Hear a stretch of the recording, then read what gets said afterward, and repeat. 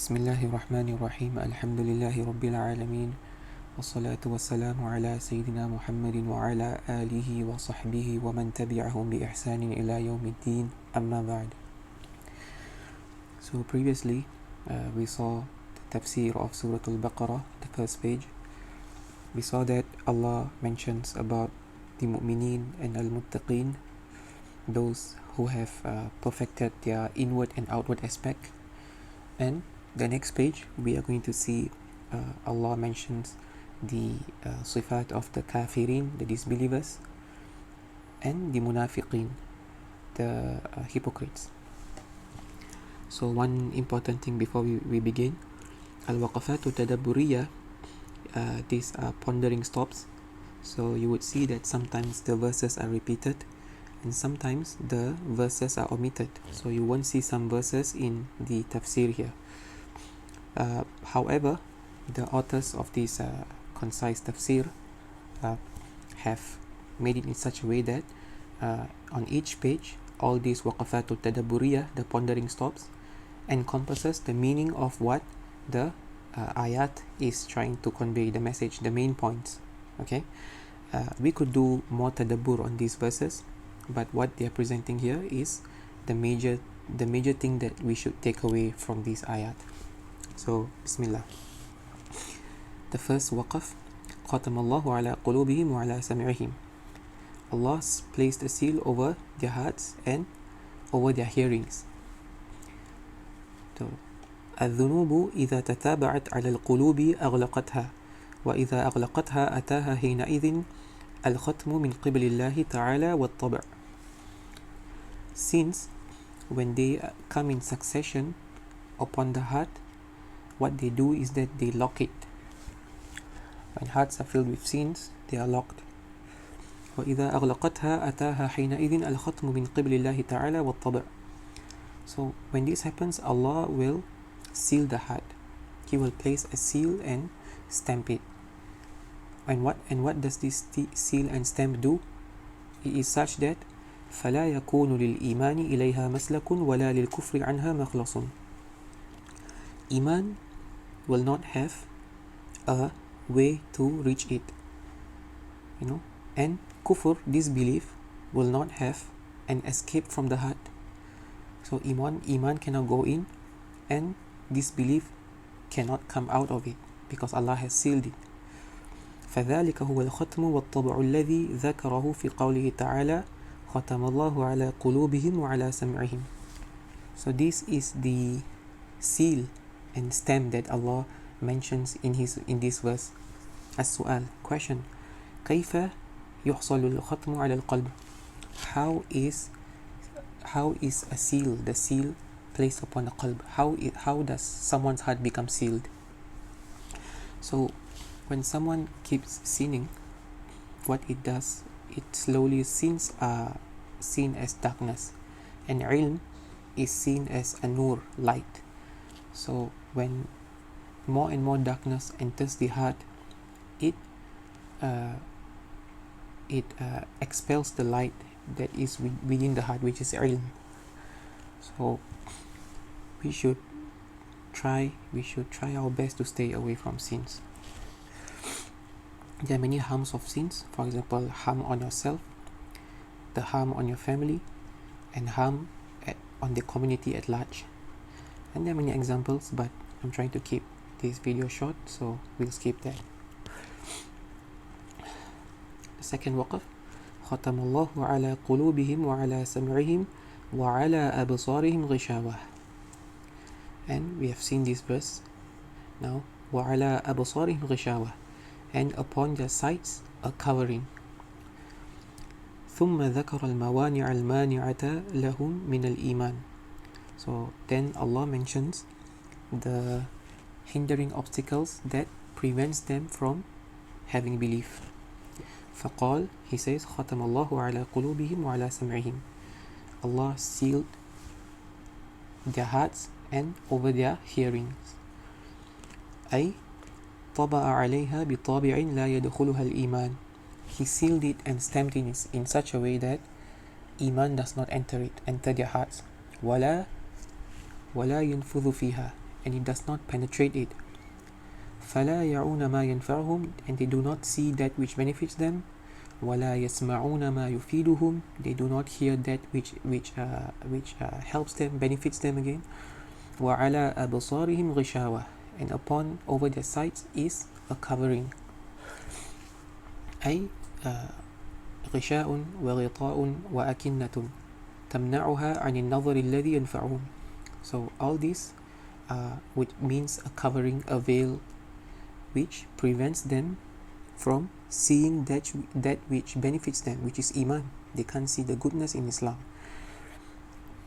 وهذه طرق العلم والخير قد سدت عليهم. So this pathways, these paths of ilm and goodness have been blocked from them, blocked on them. Why? فلا مطمع فيهم, there is no hope for them, among them no desires for the akhirah, for Iman.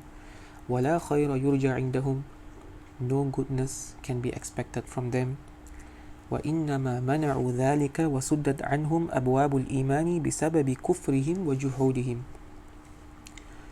And it is only due to their disbelief and juhud, them going against the ayat of Allah. It is this reason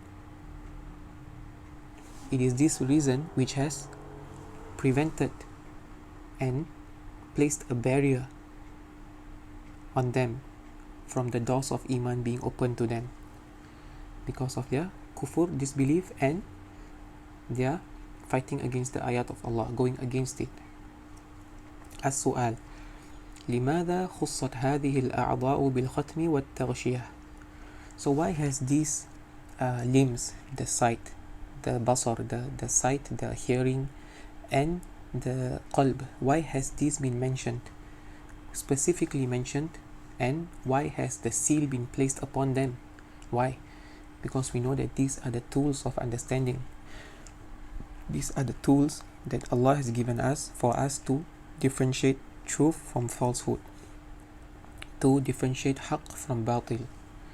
So if these pathways are sealed, a person does not have a way to understand, comprehend the truth. And how is the heart sealed? We have seen in the verse before, the tafsir before says, from doing sins, rejecting the verses of the clear verses of Allah and not acting upon it. The next waqaf: ختم الله على قلوبهم وعلى سمعهم وعلى أبصارهم غشاوة ولهم عذاب عظيم. So here is the complete verse: وَلَهُمْ عَذَابٌ عَظِيمٌ, and they have a severe punishment, a great punishment. وفي تقديم السمع على البصر في مواقعه من القرآن دليل على أنه أفضل فائدة لصاحبه من البصر. So when something in the Quran has been mentioned or put in front of something else, so here we see that as-sam' is placed in front of absar. So why has Allah sealed their hearing and then their sight? So there is a evidence for this, which shows that the way to understanding, to comprehending something, is better through hearing. أفضل فائدة لصاحبه من البصر. So seeing something is not as good as hearing it. فإن التقديم مؤذن بأهمية المقدم. So like I said, it shows when something precedes another thing in the Quran, it shows that it has a virtue on top of it, the importance, significance of it. وذلك لأن السمع آلة لتلقي المعارف التي بها كمال العقل. So because the hearing is a tool which is used to acquire knowledge, which grants completion of the understanding. When you hear information, you're able to understand it. When you see it, when someone explains to you the message, rather than just seeing it, when someone explains to you, you understand it better than just seeing it. وهو وسيلة بلوغ دعوة الأنبياء إلى أفهام الأمم على وجه أكمل من بلوغها بواسطة البصر لو فقد السمع. So this is the way which the Anbiya, the Prophets alayhimussalam, have, used to propagate their message to the intellects of the masses in the perfect way, and it is better than conveying it through the sight. Explaining the message, is better than just seeing it through the sight, showing it to the person. This is tafsir by Ibn Ashur. السؤال: الوسائل السمعية والوسائل البصرية أيهما أكثر أثرا في البشر. So which is the way of hearing or the way of sight to explain something, to know something? Which is better? Is it the sama', the hearing, or the sight? And we have seen in the tafsir, it says it is the hearing. The hearing is much better than the sight, because you are able to understand the message, comprehend the message, to extract much more information than what you see. وَمِنَ النَّاسِ مَن يَقُولُ آمَنَّا بِاللَّهِ وَبِالْيَوْمِ الْآخِرِ وَمَا هُمْ بِمُؤْمِنِينَ. And from amongst the people, they who say يَقُولُ آمَنَّا بِاللَّهِ, we believe in Allah, وَبِالْيَوْمِ الْآخِرِ, and in the hereafter, وَمَا هُمْ بِمُؤْمِنِينَ, they are not believers. So the tafsir says لما تقدم وصف المؤمنين في صدر السورة بأربع آيات. So when the mention of the mu'min in the previous page, we saw that Allah mentions the characteristics of the mu'minin in 4 ayat, in 4 verses. ثم عرف حال الكافرين بهاتين آيتين, and then Allah mentions the sifat, gives us a idea of the state of the kafirin, disbelievers, in 2 verses, which is this and here, these 2 verses 6 and 7. In these 2 verses, Allah tells us the sifat, or the state of the disbelievers. شرع تعالى في بيان حال المنافقين الذين يظهرون الإيمان ويبطنون الكفر. So, and then after Allah has mentioned the characteristics, the state of the disbelievers, Allah mentions the state of the munafiqeen, hypocrites. And who are these hypocrites? يظهرون الإيمان, they outwardly show iman, and ويبطنون الكفر, and they hide their disbelief in their heart. So when they come in front of you, they pretend to be believing, but inside their hearts is something else which Allah only knows. ولما كان أمرهم يشتبه على كثير من الناس أطنب في ذكرهم بصفات متعددة. تفسير by Ibn Kathir. So because many people tend to resemble many people tend to resemble their characteristics, Allah has mentioned them, has excessively mentioned أطنب في ذكرهم بصفات متعددة. Allah has mentioned the various sifat, different sifat of the hypocrites. We will see it in the next tafsir. So السؤال: في مقدمة سورة البقرة وصف الله أحوال المؤمنين ب4 آيات والكافرين بآيتين والمنافقين ب13 آية فلماذا?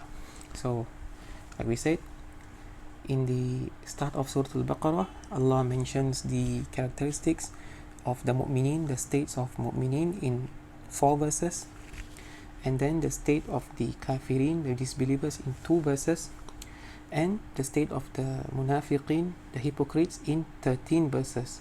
So why? The reason is because the munafiqin, even us as Muslims, we say that we believe in Allah and wal yawmil akhir. We say that, but are we saying it with full conviction? Can we safely say that we are not having any hypocrisy within ourselves? So it's important that we distance ourselves from all these traits. So Allah is going to mention the sifat, the characteristics of the hypocrites. So again, وَمِنَ النَّاسِ مَنْ يَقُولُ آمَنَّا بِاللَّهِ وَبِالْيَوْمِ الْآخِرِ وَمَا هُمْ بِمُؤْمِنِينَ. So نبه الله سبحانه على صفات المنافقين لئلا يغتر بظاهر أمرهم المؤمنون. So Allah subhanahu wa ta'ala informs the characteristics of the munafiqeen so that the believers, mu'minun, will not be deceived by what they portray on the outside. فيقع لذلك فساد عريض من عدم الاحتراز منهم ومن اعتقاد إيمانهم وهم كفار في نفس الأمر وهذا من محظورات الكبار. So if we do not distance ourselves from the munafiqeen, it will be a great corruption, a vast corruption. And if we establish their iman, to say that when they hide their kufr, when they are disbelieving in reality, we have to be very careful. We have to be on our guard. وَهَذَا مِنَ الْمَحْظُورَاتِ الْكِبَارِ. We have to be, this is from among the greatest things that we have to guard ourselves from. There are munafiqeen among the Muslims who say things which contradicts Islam, but there are people who say that it is from Islam, which we will see later on. So the question, ما أهمية معرفة المسلمين لأحوال المنافقين? So ponder on this. What is the importance of Muslims knowing the states of the munafiqeen, the hypocrites? What is the importance? We will see it later in the tawjihat. We will see why. في قلوبهم مرض فزادهم الله مرضا ولهم عذاب أليم بما كانوا يكذبون. In their hearts there is an illness. فزادهم الله مرضا, and Allah increases the sickness in their hearts. وَلَهُمْ عَذَابٌ أَلِيمٌ, they will have a painful torment. بِمَا كَانُوا يَكْذِبُونَ, for what they used to disbelieve in. They when the Prophet came with a message, they did takzib, they disbelieved in it. So في قلوبهم مرض, in their heart is a disease. أي بسكونهم إلى الدنيا وحبهم لها وغفلتهم عن الآخرة وإعراضهم عنها, which is them being comfortable, them being at peace with the dunya and their love for the dunya. وغفلتهم عن الآخرة, and their ignorance of the hereafter. وإعراضهم عنها, and them turning away from the akhirah. So this marad is a sickness. The sickness has caused them to turn away from the akhirah. فزادهم الله مرضا, Allah increases them in their sickness, the sickness of their heart. أي how وكلهم إلى أنفسهم, Allah leaves them and trusts them to themselves. So basically they'll be under the influence of their hawa. As Muslims, we see in Surah Al-Fatiha that we seek help from Allah. We ask Allah's help in everything. But for the munafiqeen, Allah has entrusted their nafs to themselves. So what happens when that happens? وَجَمَعَ عَلَيْهِمْ هُمُومَ الدُّنْيَا. So Allah has gathered upon the, whatever the affairs of dunya, Allah has gathered it upon them. So they only worry about the dunya and they don't worry about the akhirah. فَلَمْ يَتَفَرَّغُوا مِنْ ذَلِكَ إِلَى اهْتِمَامِ بِالدِّينِ. So when you are too busy with the affairs of the dunya, you won't see the need for akhirah. They'll be too busy with dunya, and there won't be any akhirah. وَلَهُمْ عَذَابٌ أَلِيمٌ بِمَا يَفْنَى عَمَّا يَبْقَى. وقال الجنيد علل القلوب من اتباع الهوى كما أن علل الجوارح من مرض البدن. تفسير قرطبي.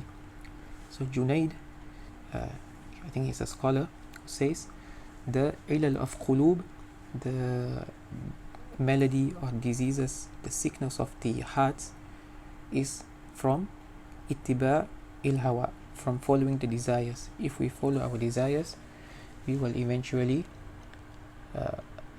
end up sinning, and sinning darkens the heart, and this causes disease of the heart. Kama, like anna ilal al-jawarihi min marad al-badan, like the sickness, the illnesses of the limbs is due to the sickness of the body. So we know that if we have diabetes, sometimes it will show on our limbs, on the toes, and some people have to cut it out, operate it. May Allah protect us from those sicknesses. Ameen. السؤال ما سبب حلول المرض بقلوب المنافقين. So what's the reason for the sickness, encompassing the hearts of the munafiqeen? Why? Because they have been content with the dunya, and they ignore the akhirah. That's the reason. أولئك الذين اشتروا الضلالة بالهدى فما ربحت تجارتهم وما كانوا مهتدين. Those are the ones who have bought misguidance with guidance, and فما ربحت تجارتهم, their trade does not benefit them, does not gain them profit. وما كانوا مهتدين, they are not guided, or they are not among the guided ones. Which is رغبوا في الضلالة رغبة المشتري بالسلعة التي من رغبته فيما يبذل فيها الأثمن نفيسة، وهذا من أحسن الأمثلة، فإنه جعل الضلالة التي هي غاية الشر كالسلعة، وجعل الهدي الذي هو غاية الصلاح بمنزلة الثمن. تفسير السعدي. So what this person has actually done, who has bought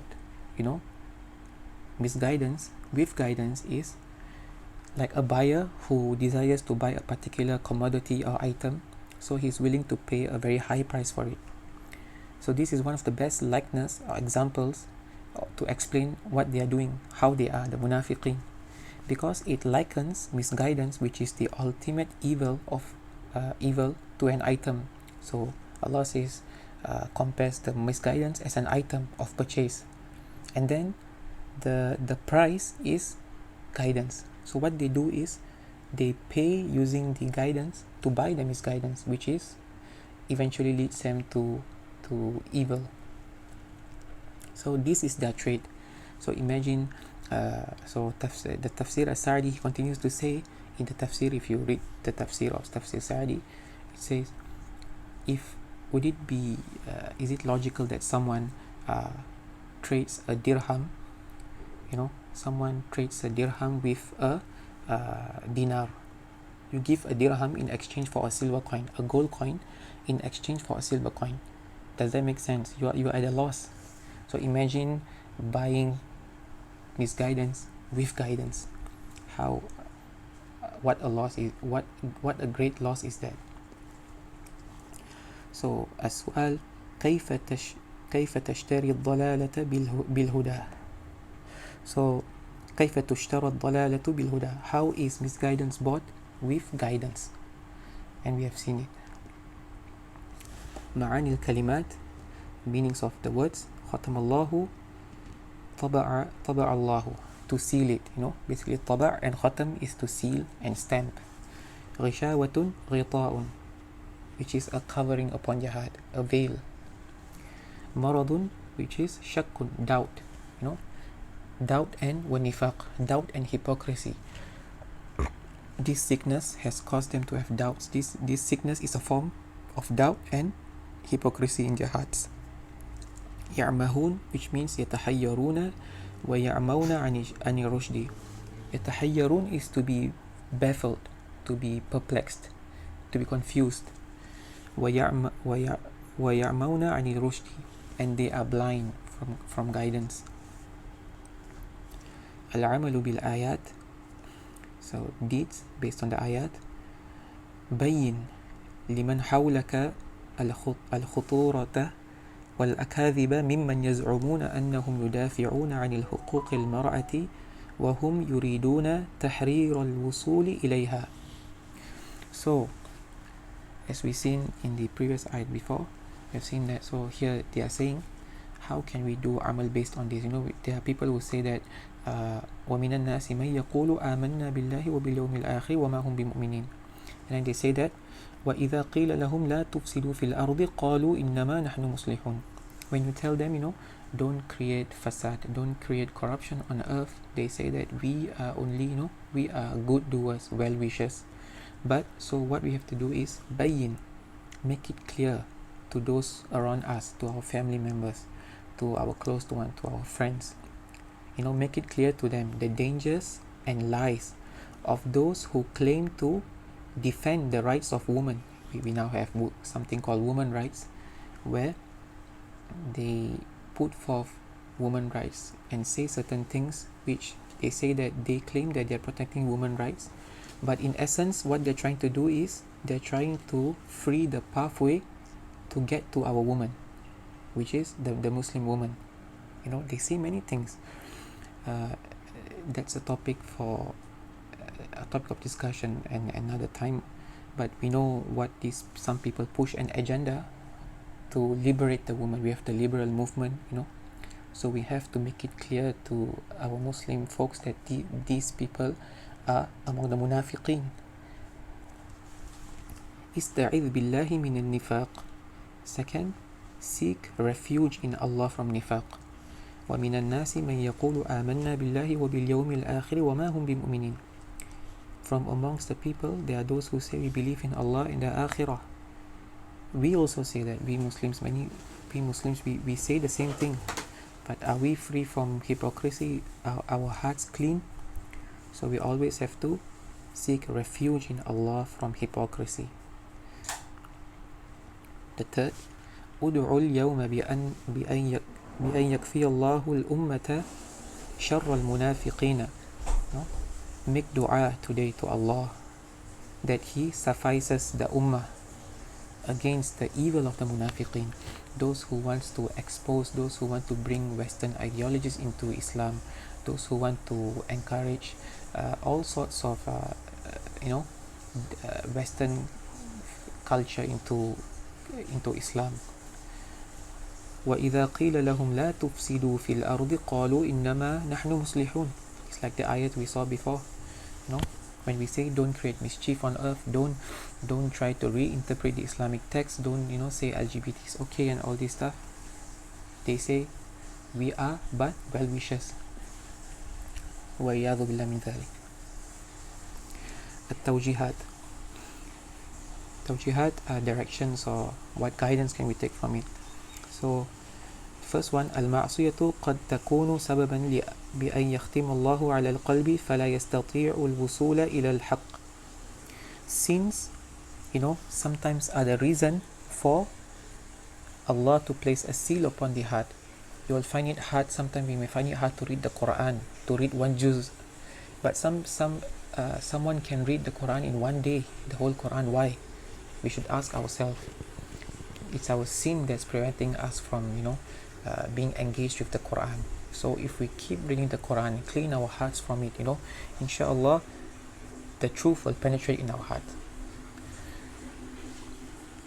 فصل الله أحوال الكافرين في آيتين وأحوال المنافقين ب13 آية لأن خطر المنافقين أشد من خطر الكافرين. So like we saw in the tafsir before, Allah has made the states of the kafirin in 2 verses. He has explained the state of the kafirin in 2 verses, but the ahwal of munafiqin, the hypocrites, in 13 ayah. Why? Because the dangers of the munafiqin, the hypocrites, is much stronger than the dangers of the kafirin. Because munafiqin, they aim to destroy Islam from within. They pretend to have iman on the outside, but inside they are hiding their distaste for Islam. So they are more dangerous than the kafirin, the disbelievers. فالمنافقون ينخدع بهم عوام المسلمين. So the general masses, the Muslims, the general laymen, like ourselves, we are prone to be deceived by these people, by their agendas. من صفات المنافقين احتقار الصالحين والتقليل من شأنهم. So from the sifat of munafiqeen is to they think lowly of the salihin. They make fun, like in the ayah we will see. So when they are with their people, the munafiqun, they say that we believe, but when they're among the Muslims, they say we believe, but when they go behind to their shaitan, their groups, their gatherings, their private gatherings, they will say, we are only, making fun of them, making a joke out of them. So may Allah protect us from having the characteristics of the munafiqeen and from the characteristics of the kafirin, and we seek refuge in Allah from having all these traits, and may Allah make us among al-muttaqin, which He says in the first page of Surah Al-Baqarah, الذين يقيمون الصلاة الذين يؤمنون بالغيب ويقيمون الصلاة ومما رزقناهم ينفقون. آمين.